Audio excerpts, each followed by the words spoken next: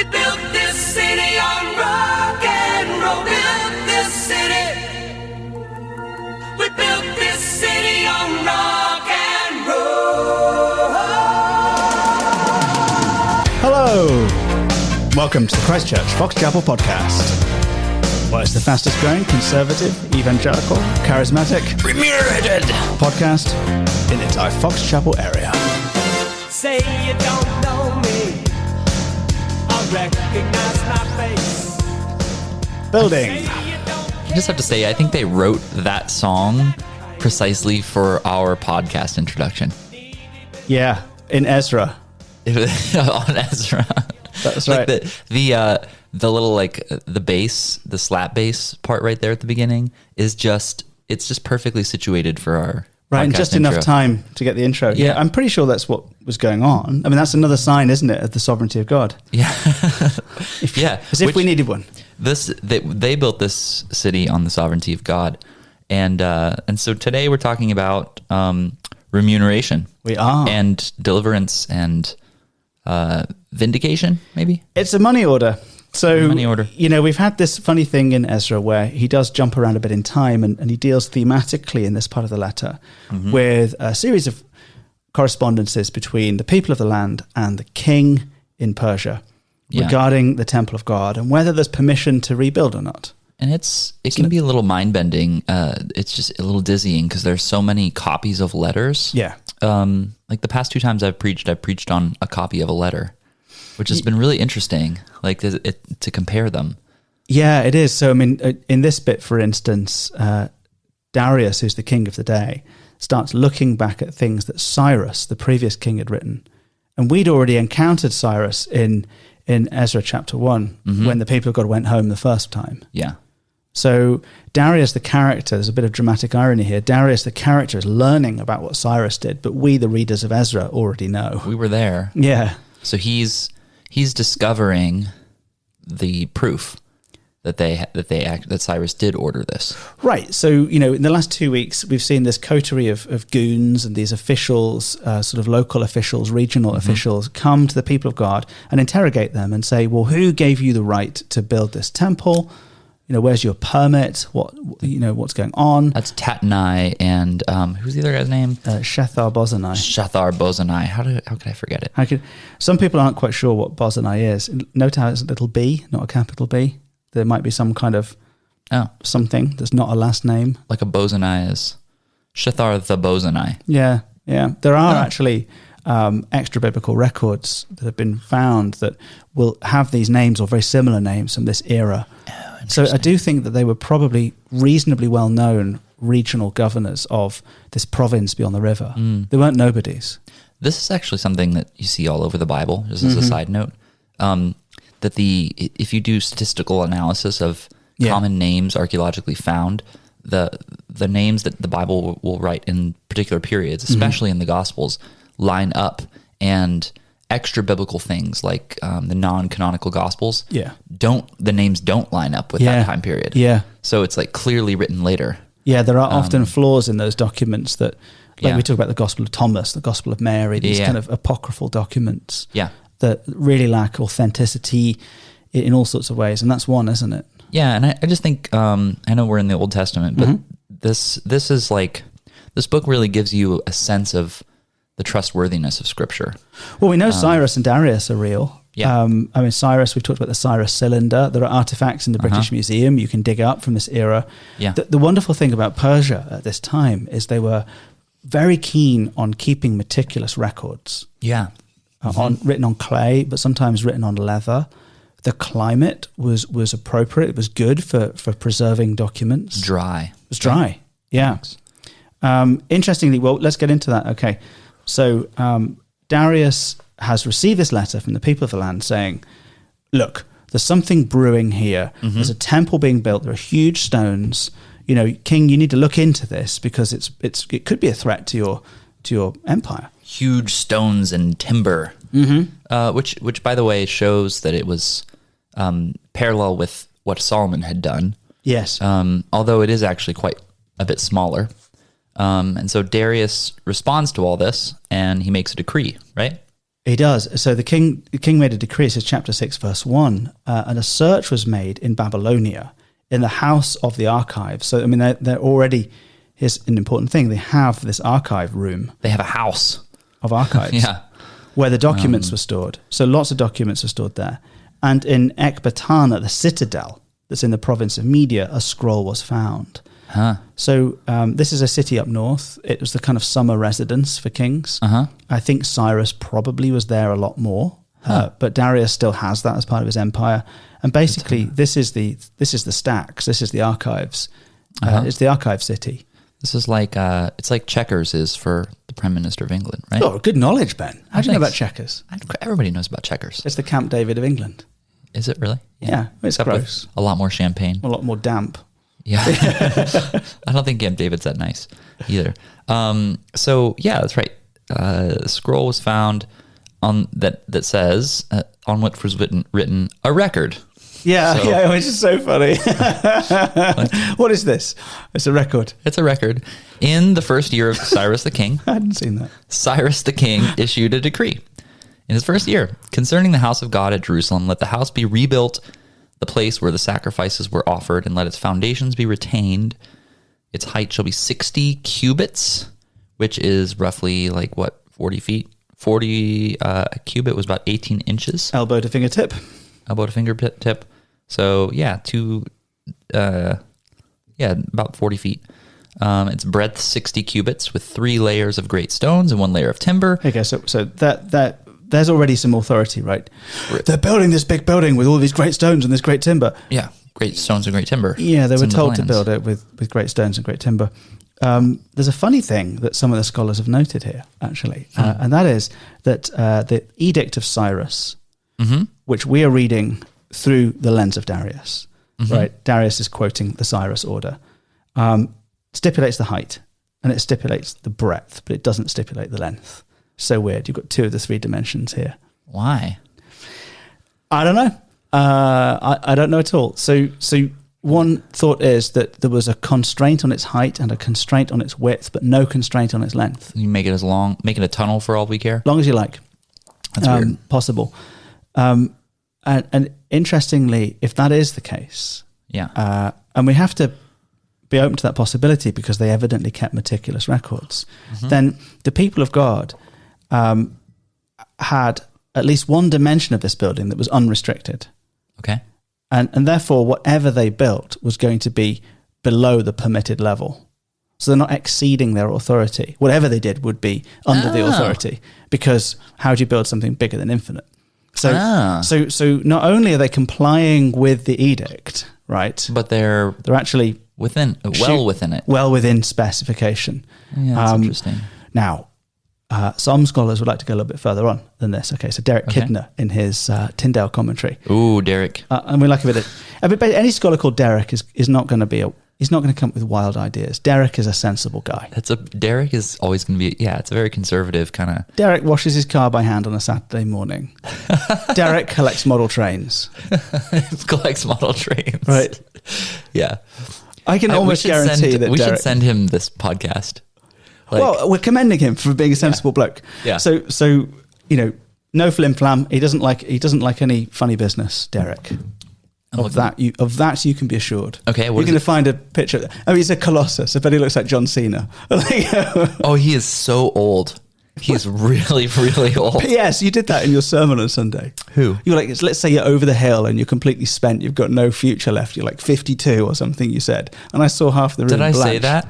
Well, not in so many words. Oh man, was that at the 9? Yeah, I was like. It was great. I was. It was good. So well, good. I'm glad that went over well. so Derek makes a couple of points. Number one, they're always going to be within specification. But then he goes a bit further. He says, "What if, right, that this thing was 60 cubits wide and 60 cubits high, and it's smaller than the old temple? We know that because the old men were upset about it. Mm-hmm. So what if it was also 60 cubits long?" In which case it was a perfect cube. The whole temple would have been a perfect cube. Like in Revelation? Exactly. This would specify a lot to them about the presence of God and holiness and perfection. it would be an image of revelation. Wait, but the temple itself was not a cube. Well, the holiest of holies was a cube. The most holy place was, a cube. Which was a portion of the edifice separated off by a curtain. And he's saying that maybe the outer perimeter was in fact a cube. Oh. Foundation was. Anyway, it's just interesting. A thought. I mean, he's Derek and I'm just Ben. So I am not going to fight with a guy called Derek about measurements. This is a man who measures things. He's got the glasses, big glasses. Just to describe this man, he looks like somebody's British grandfather. I'm imagining Screech from Saved by the Bell. Let's have a look. Yeah, right here. That's exactly what he should look like. He's got big glasses. His collar is popped, almost as if he were a Ralph Lauren model. Balding, looks to be in this picture probably in his 80s. Mm-hmm. The shocking thing is he's actually 25 when that photograph was taken. Scholarship ages. He's like Mick Jagger. It's like ages in reverse. Okay, back to the Bible. I'm going to get in so much trouble for this. Wow. So this temple is possibly a cube. It's well within the restrictions. Well, so number one, I guess from the perspective of Darius and the authorities, this is comfortably within specification. So there's no legal problem here. But from the perspective of an Old Testament scholar or maybe a person of God, you would say there could be something beautifully symbolically symmetrical about this thing that testifies actually to revival in the presence of God. So I don't know. That's one of those theories, but it's worth thinking about. Yeah. Who pays for it? It says, well, this is funny. Let the cost be paid from the royal treasury. Okay. And also let the gold and silver vessels of the house of God, which Nebuchadnezzar took out of the temple that is in Jerusalem and brought to Babylon, be restored and brought back to the temple that is in Jerusalem, each to its place. You shall put them in the house of God. This is exactly what the people had, that God's people had said that they were doing. They said when they were questioned, they said, yeah, he told us to go back and build this temple, and then he gave us the vessels. And by the way, here, everything checks out. Yeah. And, not only that, but it makes sense, right? So if Nebuchadnezzar, this great powerful king, had taken away the vessels from Jerusalem and brought them and put them in his own temples or his own treasuries, okay, and then Belshazzar had profaned those vessels. Belshazzar, by having a drinking contest with them. That's where you have the hand writing on the wall. Yeah, and then the people of God are released to go home. Mm-hmm. You think that this group of weaklings managed to rob a Babylonian temple and make off with all this stuff unnoticed? Obviously, they were given them. Yeah. But now there is an official record that says, the full intention of Cyrus the king was to send them back to rebuild this thing, and he even furnished them with money and things. You know what? I just had a realization about this whole book and how it really applies to us. Mm-hmm. This is about people following God who have no power in the middle of an empire. Yeah. And there's so many things that feel just like bureaucracy in this that are annoying, but then they end up being validated, and you find out that God is sovereign over the bureaucracy. Yeah. And so the people are bold, have a boldness, and but at the same time they're totally helpless in the face of the empire. Like they really can't control what the king of Persia does. It's not like they can go to war against him or something. No, they're powerless in that way. They're totally powerless.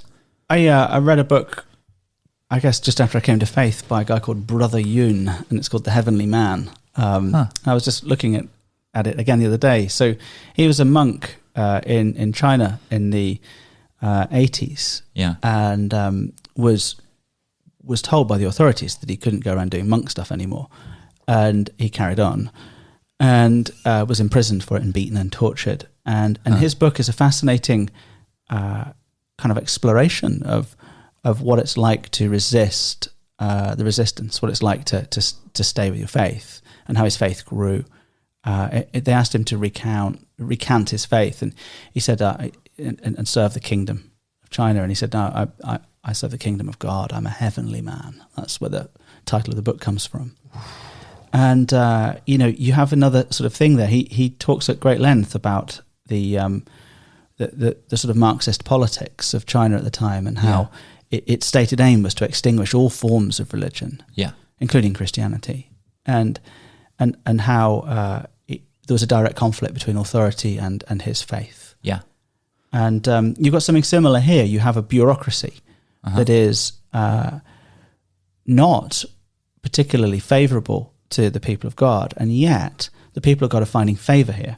And so that is an example of the sovereignty of God. Well, I actually think I've never made this connection before. I know I'm taking us off track a little bit. That's the point of the podcast. But the relationship of God's people here to Persia, in a larger sense, is really has a lot of parallels to the relationship of the Christian in American society, because the Persians are not like wholly good or wholly evil. Like they're this empire, this loosely like kind of confederation of satraps. You have Jews who are at the highest levels. Yeah, like Daniel is has a satrapy.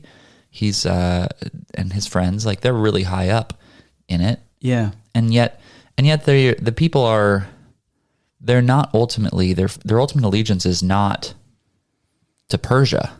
No, like they understand themselves to be citizens of a different kingdom within that larger sphere, and yet they still have to operate within it. They do, and although Darius is a pagan king, this is probably a reasonable time to be a Jew. In terms of kind of empires, rise and fall empires, this is probably a reasonable time. Because Darius, and you've pointed this out about, I think it was Artaxerxes, has this sensitivity about other people's religions and other people's gods. He would probably take it for a given that Yahweh is real and that Yahweh is powerful. Yeah. He would imagine that there'll be other gods and maybe even bigger gods, but he has respect for Yahweh, and he thinks that there's some blessing to be had from Yahweh. And so he doesn't want to get on his bad side. No, he doesn't. In verse 10, we know that because in verse 10, he says really that he explains his motivation, and we'll come to it later. But he says in verse 10, the reason why I'm all right with this is because they may offer pleasing sacrifices to the God of heaven and pray for the life of the king and his sons. So he's buying a sort of monastery in his mind that's going to just do some prayer for him. And he doesn't say, evidently he believes that God is real and God is powerful and that God can help him and that it's worth having people pray for you. And I suppose he's not wrong, right? Like, I mean, he's completely right. He did he's put his money behind the God of Israel. He's also put his money behind a lot of other gods. He's wrong in that. Yeah, but it could be worse. It could be worse. I mean, that's the difference between the Brother Young thing, where the CCP's stated intent was to eliminate any kind of religion. His is no, let's have them all in. It's very pluralistic. And let's take the benefit of each of these religions. Seems like a secular man. Yeah, I know that's an anachronism to put it that way, but he seems very that is secularism, right? Basically, but there's some logical stuff here. It's a very pagan way of thinking. Yeah, if I give money to the God that's there, the God that's there will be grateful and will bless me back. So it's very transactional. Yeah, and perhaps I can maintain control over my empire this way. Yeah. So it's so funny. The people of the land are trying to freak him out and make him think he might lose control of his empire. But he finds this document that supports everything. The building permit is there. Looks like the building is comfortably within permitted parameters. And on top of that, it makes complete sense that you would build a kind of temple to some kind of a god, because that's usually where the money's to be found. Yeah. Okay. Now, therefore, Tattenai, there's Tattenai again. Yeah. He's the guy who sent the original letter. Yeah. Governor of the province beyond the river, and Shethar, the Bozanai. And your associates. Shadowy goons. The governors who are in the province beyond the river. Keep away. That's pretty short, isn't it? Get out of here. Just leave them alone. Yeah. Let the work on this house of God alone. Let the governor of the Jews and the elders of the Jews rebuild this house of God on its site. Well, he's saying the same thing 3 times, really. Keep away, keep away, keep away. Yeah. Or leave him alone, leave him alone, leave him alone. He's saying the same thing multiple times, different ways. Yeah. Moreover, I make a decree regarding what you shall do for these elders of the Jews. I'm a big fan of moreover. Moreover, one more thing. Yeah, 3 slap downs and now one more. One more thing. What you should do for the rebuilding of this house. The cost is to be paid to these men in full without delay from the royal revenue. In full, without delay, from the royal revenue. The tribute of the province beyond the river. You need to give them your tax money. Yes, so this isn't money that's coming from central Persia. This is money that's coming from the region. Regional taxes will fund this, says Darius. They're like, sorry I asked. This is really blown up in their face. Yeah. Because now the money that's going to continue to fund this project is going to come from the revenue. So these authorities have just had a cut, haven't they? Yeah. I mean, it's brilliant. They have. Conservative government did this in the 1980s with regional councils in England, actually. They just started cutting local services. Started cutting central government funding for local services, which really squeezed local authorities. So it's a clever way, if you run a central government, to pass the buck onto someone else. Yeah. And he's squeezing them, not himself. Because it doesn't really say, and I'll take a hit. He's saying, all this money's mine, so I control it, but it's coming out of your pot. Yeah. Not my fund. Brilliant. Yeah. Yeah. Wow, that's pretty crazy. And whatever is needed, bulls, rams. Well, more. Oh, and whatever is needed. That means on top of that. Bulls, rams, or sheep for burnt offerings to the God of heaven. So give them all your money, but also give them bulls and give them rams and give them sheep, which they're going to just set fire to. Wheat, salt, wine, or oil, as the priests at Jerusalem require. Let that be given to them day by day without fail. Day by day without fail. So you're going to have to give all this stuff today, and then tomorrow give all this stuff. And the day after, give all this stuff, and you can't not. So leave them alone, leave them alone, leave them alone. Pay for it, pay for it, pay for it. Is that it's 3? Well, if you want to break it down that way, yeah. That they may offer pleasing sacrifices to the God of heaven and pray for the life of the king and his sons. Yeah. Wow. And, surely you people would have no objection to the life of the king. Right? I mean, you wouldn't want to commit treason, would you? This has the flavor of a snarky royal letter. Oh, this has the flavor of someone who's got better advisors than the region does. This has the flavor of a legal committee that is absolutely on the ball. Just having a good time. It's brilliant jurisprudence. It's brilliant leading. It's absolutely screwed them over there, which is hilarious. And I have a feeling that there's more yet to come. Shall I read on? Yes. Also, I make a decree that if anyone alters this edict, a beam shall be pulled out of his house and he shall be impaled on it. That's good news. That's good, isn't it? That's good. We like that. I see why you love this. And his house shall be made a dunghill. Yes! I'm a huge fan of a dunghill. Oh, that's a life verse kind of thing. No, it is, isn't it? Like, that's one that you put... Like, what's your favorite verse? I should put in like script. Lamb Gray is really good at calligraphy. Oh, she could write this beautifully. We have a calligraphy on our wall that she did of consider the birds or consider the flowers of the field, how they grow. Consider the dunghill. It's really beautiful. I want to get one that says, also, I make a decree that if anyone alters this edict, a beam shall be pulled of his house. Like, that's one to like tell your kids. This is one of my favorite verses in all scripture. Ellie Narocki once asked me what my favorite verse was, and it was between this and the one in Exodus, which I picked. Yeah.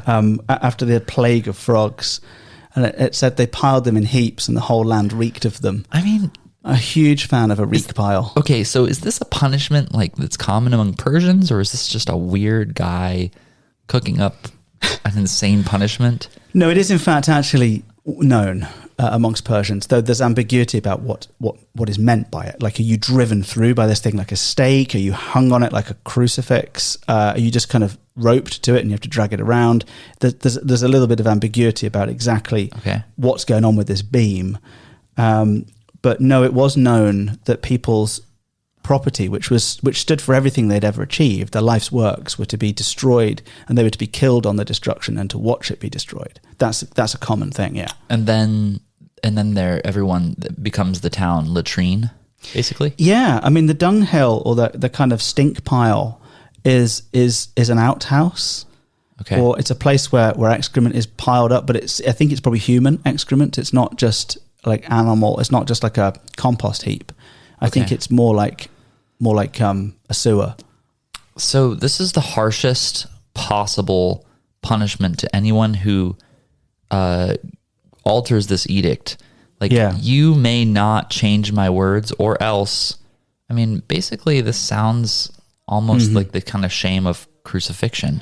Very similar to the shame of crucifixion, but the dung stuff probably takes it another level still in their culture. I think there's a defiling element to it, which is very, very gross. We're a fan of the dung stuff on this.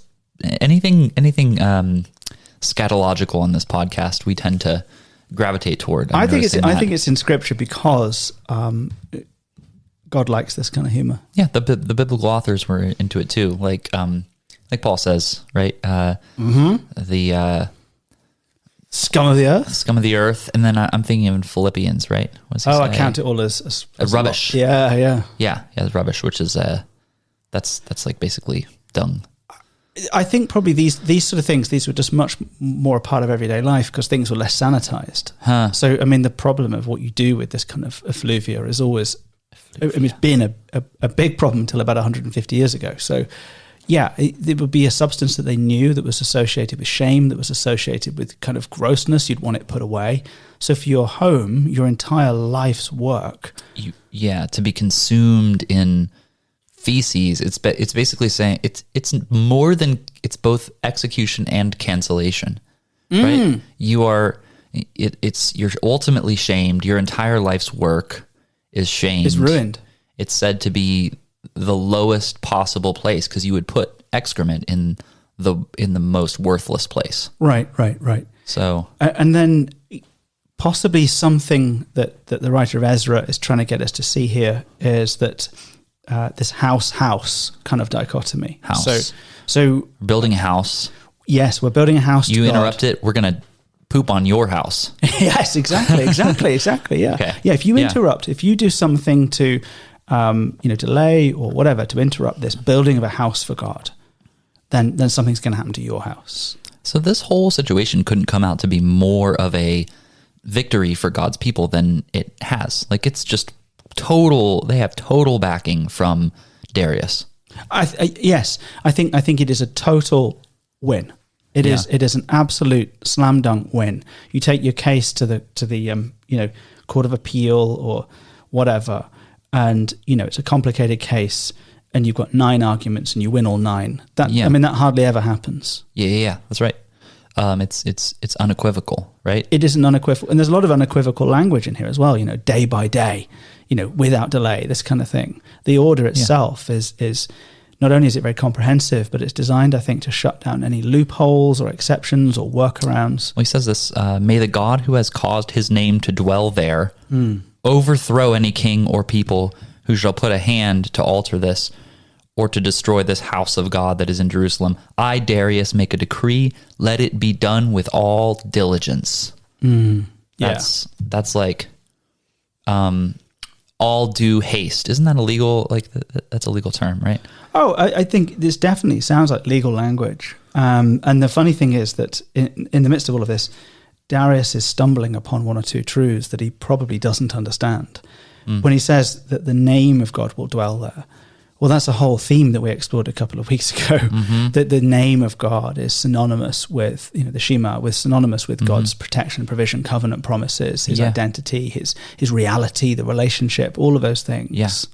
So Darius is really doing a great solid for the people of God here. And I think this goes back to some of those fundamental truths that we've seen in this letter.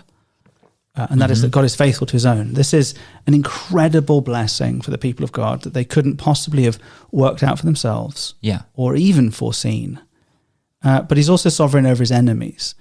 And so, is Darius an enemy? I mean, he's a good king by pagan standards. He's respectful of Yahweh, as we've seen. Well, all sinners are the enemies of God. Okay, so you're doing some theology. That's helpful. I think this is there's a real practical application of this that most Christians don't, that all Christians some of the time and most Christians none of the time make, which is like, we don't believe in karma, right? But, and karma would say, well, the universe or God will kind of put back out to you what you have put into the system. It's sort of, it's going to reciprocate in unexpected ways. Right. And this is saying that, no, actually, there's a being that is sovereign over reality, down to the least, the flappings of the wings of a butterfly in Southeast Asia. And that this intelligence is working all things together for the good of his own people. Yes. And so if you belong to him, you can trust that he's working all things together for your good. So it's not like karma. It's more like the karma of imputation, that a righteousness given to you and an identity given to you, you were treated according to that. Yeah, it's a grace culture. Yeah, grace. And it's not fair. Grace isn't fair. It's hard for people to wrap our minds around. It is. And so this is a challenge, I think, to the prevailing thinking of the day, but also for us too. Yeah. That many have said that karma is, if you like, the default religion of humankind. we have this tendency to default to that transactional sense of, I do this thing and I get this thing in return, more or less. The return might be good or bad, but there'll be one. Yeah. And it might not be quite proportionate, but there'll be one. Yeah. And here we see, nope, God's sovereign hand is over these people who admit they've sinned. You pointed that out last week. His sovereign hand is over Darius, who's okay. Stepping out of the theological discussion for a moment, just in kind of human terms, he's all right. He's not a bad king. He's sovereign over these nasty people.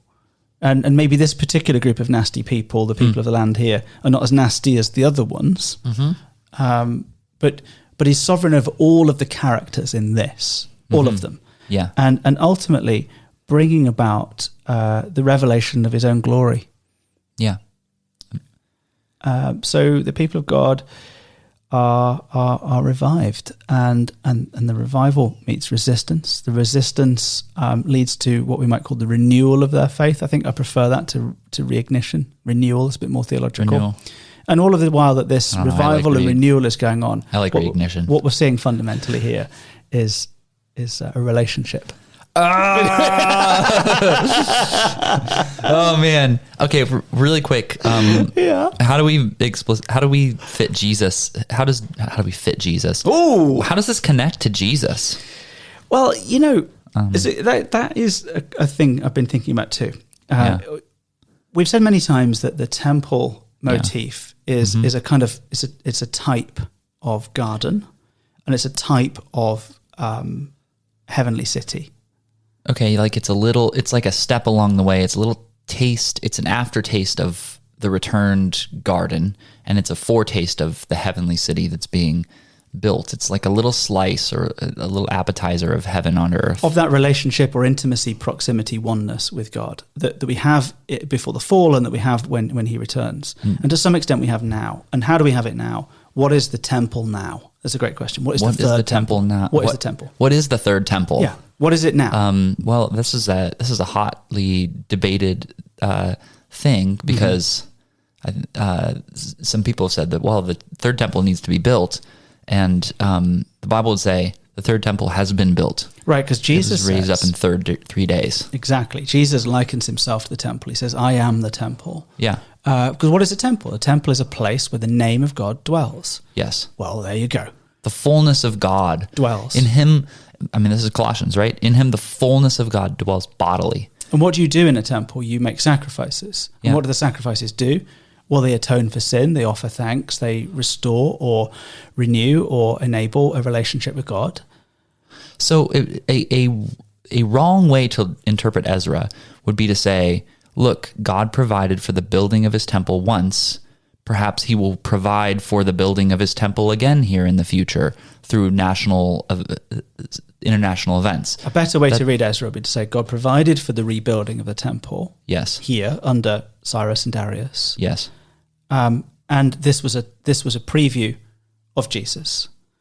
And so God has ultimately provided in the fullness of time for his temple to be born under woman, born under the law, and and thrown down, and on the third day raised up again. Like Jesus said, destroy this temple, and in 3 days I will build it again. So without a doubt, the sovereign hand of this renewal, rebuilding, revival project going on in Ezra is a little preview of Jesus. And that gives us great encouragement. Yeah. Because what did the people of the land do in your passage last week? The people of God, do in your passage last week. They admit, they confess or repent of their sins. They confess their own culpability, and the sovereignty of God looms large in their minds. And it strikes me too that since we have the third temple built, living in the heavenlies, interceding at the right hand of God, so these are people who are dealing with a God who is provident, but a temple that's not working. Right. In fact, the situation for those who are in Christ is much different because we have a functioning temple that's complete. That is complete, final, in the heavenlies, that is interceding for us. Well, and so we can have even more confidence than they did. And an intriguing kind of side point or related point to this would be, note how the temple is built, destroyed, and then Jesus, the temple, is destroyed and then raised. And so there is the rebuilding of the Jesus temple as well, which is the resurrection. I'm afraid that begins with an R. And I know you're not keen on all these R's. But, no, I'm fully keen on it because it provides me even more opportunity to I can roll my eyes at you in public, but secretly I enjoy it. Actually, not secretly anymore. I love it. But I thought G was the godliest letter on the keyboard because my G key had worn out. Oh, really? From all the God writing I'd done. But I think R is a close second. There's a lot of R words here. Oh, yeah. The resurrection of Jesus Christ is like the rebuilding of the temple. But again, who does it? It's not man. It's God who resurrects Jesus. And why does he resurrect? Why is he destroyed? Well, because really we're part of the temple now. We're in the temple. We are built together as living stones, as Peter says. Right. That's a key verse, I think, in the entire New Testament. We've become holy. We've become royal priests. We've become living stones. Yeah. We've become a temple to the Holy Spirit. This language is suddenly used of us. And I think that's people wonder sometimes, which one is the temple? Is Christ the temple or is the church the temple? Well, Christ is but because it says you're being built together as living stones in the temple. Well, no. I think that Christ is the temple, and you are in Christ, en Christu. Right. So, and he's a foundation stone and a cornerstone and a keystone. He's all of this language is used a lot. We need to understand that New Testament and Old Testament writers didn't speak in categorical terms like modern contract lawyers do. So they're quite happy to mix all of these metaphors up, but I think they work better together mixed up, don't they? It's more fun. It's like an oil painting. Like there's just layers of everything. Right. Well, I think it's just helpful to clarify that piece of what would we call it? Is that eschatology? Yeah, it's eschatology. How things are fulfilled. One of the ologies, it's an ology. It's eschatology. It is. The last things, and it's also teleology of where is this all going? What's the final I think it's soteriology, which is how do we get saved? And it's also Christology. It's